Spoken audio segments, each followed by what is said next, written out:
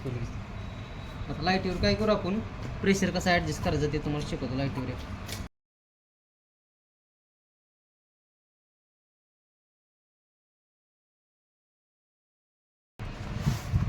आता हे बटन काय करायचं, डायरेक्ट असं चालू करायचं. तिथं काय करायचं, तिथं पाईप असतो तुमचा एक दुसरा बकेटचा, तिथं बोट लावायचा पाईप काढून. तुम्हाला लाईटीवर प्रेशर धावते बघा ते. आता फार 500-600 जातो डायरेक्ट बोट लावल्यामुळं.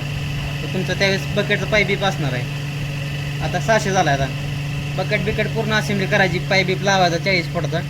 बकेटचा आत बाहेर करायचं बटन जे असतं की नाही ती फक्त बाहेर ओढून ठेवायचं आणि इथे येऊन फक्त बघायचं प्रेशर किती आहे. ही आता प्रेशर 600 झाला. ही डायरेक्ट लावल्यामुळे 600 धावते. आता पण आपल्याला प्रेशर किती पाहिजे, हे 400 पाहिजे. ही ढिला केला की रेग्युलेटर काय होतो, प्रेशर कमी होतो. इथनं हवा काय होती, ड्रॉप होती. मग आपल्याला काय करायचं, 400 प्रेशर ठेवायचा मशीनला. त्यावेळेस ही फक्त काय करायचं, नॉर्मल असं आवळायचं हाताने. तसं कणभर जरी फिरवलं नाही तर प्रेशर जातं. 350 झाला. आता काय झालं, ही 400 पण झाला. गाईची धार असली तर काय करायचं, 400 ठेवायचं.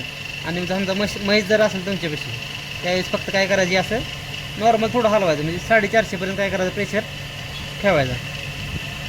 बरीच लोक काय करते ती 500-600 प्रेशर ठेवते, 500-550. त्यामुळे गायांना ताप होतो लई. फक्त ती काय करायचं, असं म्हैस असली तर आपली 450 ठेवायचं. गाय असली तर काय करायचं, असं 400 ॲडजस्ट करायचा.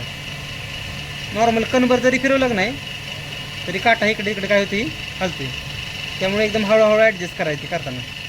400वर आला की काय करायचं, बंद करायची, काय अडचण नाही. आता हे मशीनचा आपला प्रेशर सेट झाला. सेट करताना प्रेशर असा सेट करायचा. की लाईटीवर असल्यावर तुम्हाला हे ॲडजस्टच करायला लागणार. आणि ज्यावेळेस तुम्ही इंजन वापरताय त्यावेळेस फक्त काय करायचं, असं फुल टाईट ठेवायचं. आणि इंजनाची रेस काय करायची, फक्त इंजनाची रेस कमी ठेवायची. म्हणजे इंजनाला ॲव्हरेज पडते. नाहीतर मोकळ्यात काय होतं, पेट्रोल खाते इंजन.